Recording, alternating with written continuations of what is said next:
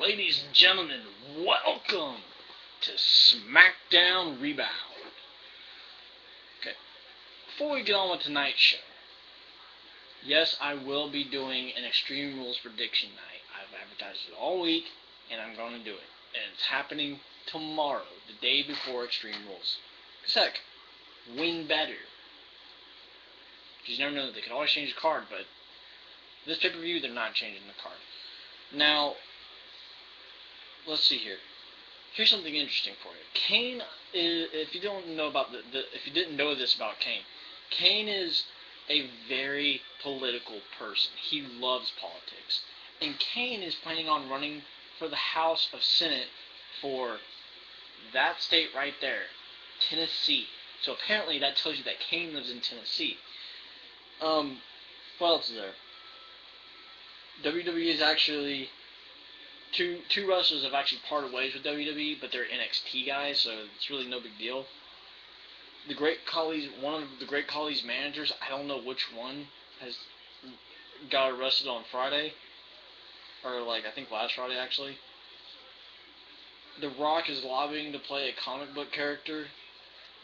There's so much stuff on here. People have been fired. People have been let go. It's just how it is. It's just how it is. Now, let's get on with SmackDown. SmackDown, you start out with Miz TV, and the first two guests were Orton and Big Show, and they just talked back and forth about what's going to be memorable at Extreme Rules this Sunday. To me, what's going to be memorable is the Steel Cage match and the Tag Team Titles match, because I actually have, and the United States title match, which I have a theory about the United States title match. Now, I will be giving a shout out to someone during my Extreme Rules prediction night, so tune in for that tomorrow, and I will give you my theory and everything then. We're not doing that until tomorrow. Now, your first match of the night was, you had Randy Orton and Big Show, and they were talking about their match at Extreme Rules. And then you had Swagger come out saying, my match is going to be a memorable match when Del Rio says, I quit. You had Swagger, you had Del Rio come out saying, no, you're going to say I quit, and blah, blah, blah. Then you had Mark Henry come out. I'm going to be the one who has the most memorable match because I'm going to drag Sheamus all over the ring. Sheamus comes out and says, no, I'm going to be the one who's got the most memorable match because I'm going to whip you with the strap. You got one guy comes out, and his opponent for Sunday comes out saying, no, this is why it's going to be memorable, blah, blah, blah. Sheamus is the cover guy. Sheamus is going to make an impact somehow. And I think I know how he's going to make an impact. I think Sheamus is somehow going to pull off an upset here, okay? And like I said, I will be locking that in right now. So you got two Extreme Rules pay-per-view predictions. I can't give you guys any more. If you guys don't know what my other one is, it was the tag team titles. I told you guys that Roman Reigns and Seth Rollins are definitely winning the tag team titles. No doubt about it. I'm 150% sure of that. The other matches, I have no idea about, but I will give you my predictions tomorrow. You had for your first match, you had Rollins and Reigns, the number one contenders, beat the Usos, in what was a quick match. After the match, Ambrose joins in on the beatdown of the Usos, and then Kofi Kingston runs out with the chair, starts swinging the chair, and then they all just run away.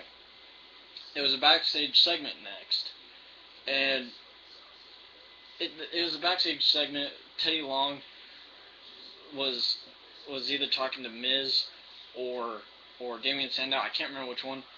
And he made Damien Sandow versus The Miz later on tonight. That's not going to be really a good match. Then you had Tons of Funk versus the Primetime Players. No significance for this match because who's going to beat the Shield? Well, the Shield lost on Monday, but I wouldn't consider it a loss because it's a DQ. It's a crappy loss. Kind of like a count-out. It's a crappy loss. And then you had Jericho versus Cesaro. Why? This match is not really needed. You could put Jericho up against anyone else, but Cesaro, like the referee's been saying, they think Cesaro is boring. So it's like, there's no point on this. First of all, you had the Shield win, you had tons of Funk beat the Primetime Players, and you had Jericho beat Cesaro. Not surprising. When was the last time Cesaro won a match? After the match, Summer Rae came out, and Fandango attacked Jericho from behind. Jericho then turned it around, and Fandango escaped the ring. Jericho hit Cesaro with a codebreaker after that. Miz versus Sandow happened. He won this by figure 4 leg lock, the crappiest figure 4 leg lock I have ever seen. Triple H and Shawn Michaels can do a much better figure 4. Rhodes was at ringside for Damien Sandow due to their pre-show match, and he was cutting a promo for Extreme Rules against The Miz before the match. Then you had Caitlyn versus Oksana. Caitlyn won this. It's a no-brainer. I mean, Oksana's done nothing for the WWE. Caitlyn's the Divas champion, so you know she's gonna have to do a road to Payback. So there's really nothing to that match. Then you had your faces versus your heels. You had your 6-man tag team match. You had Orton versus Del Rio versus Sheamus.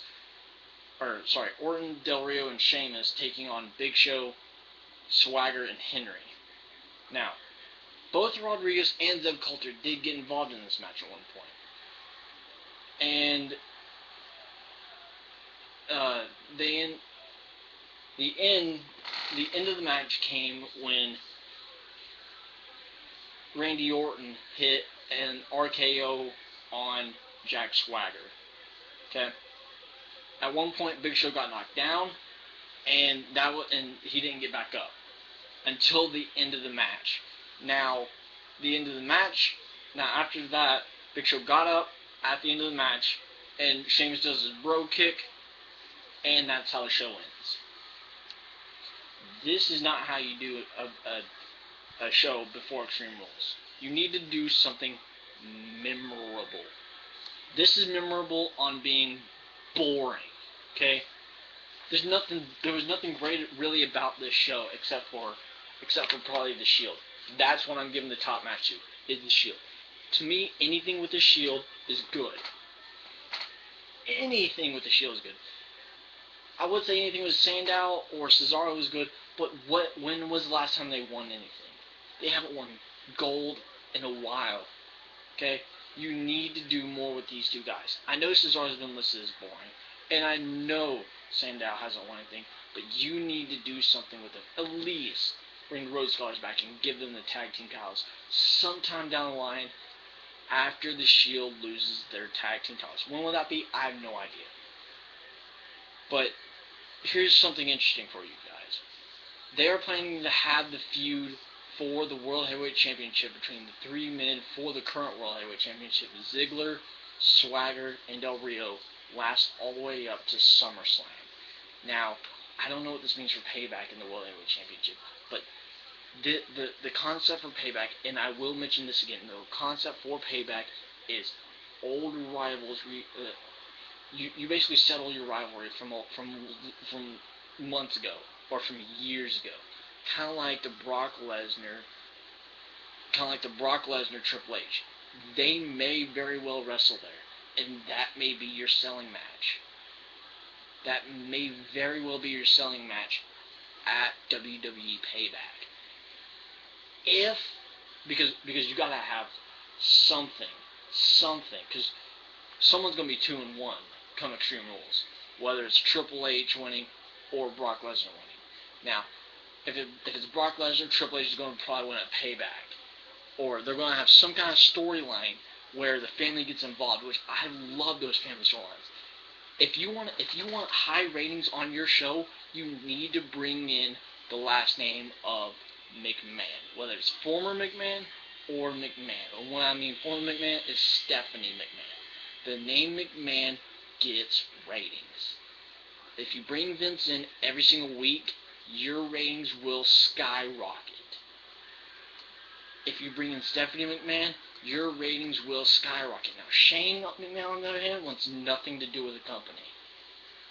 Because Triple H is married to Stephanie.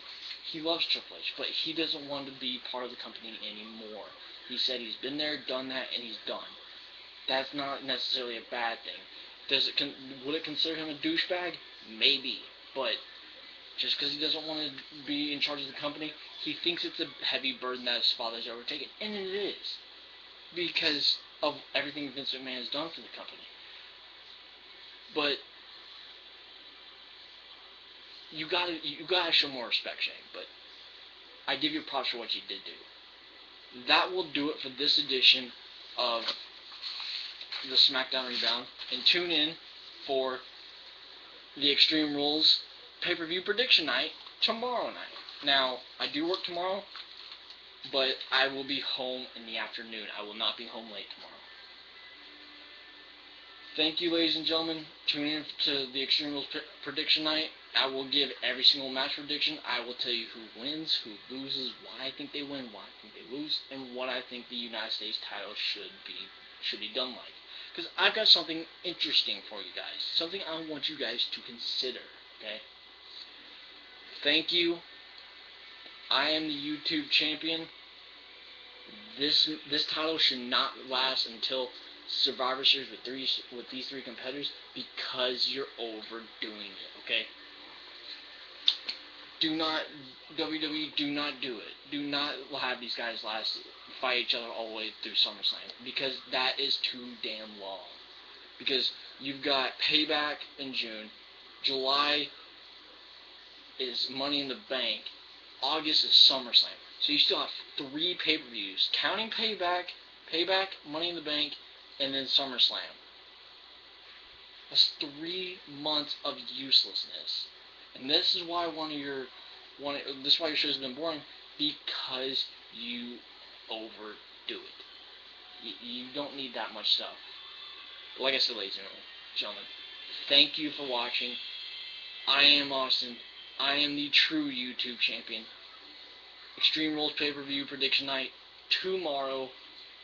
Everything you need to know about Extreme Rules. Which, before we do go, apparently, if you got DirecTV, I want you guys to do something for me. Look, Extreme Rules is already on your pay-per-view. Is already on the DirecTV stuff. Go look at it and tell me that it does not say TV 14. Now, I want your opinion. Do you think this is a mistake, or do you think that's really going to be TV 14? Because TV 14 means there's probably going to be blood, and if there is blood, it's either going to be in the I Quit match, which I doubt.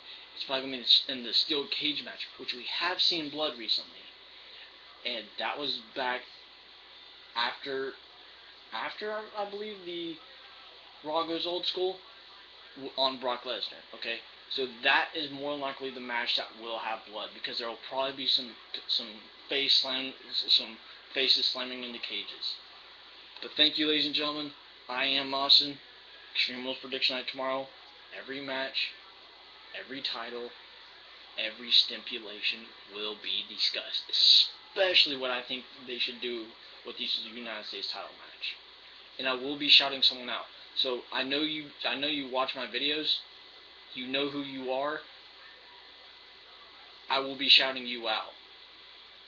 And guys, when I shout him out, you should go watch this stuff and go watch his Extreme Rules pay-per-view prediction, because he makes some interesting points. But I will see you guys tomorrow night. Thank you.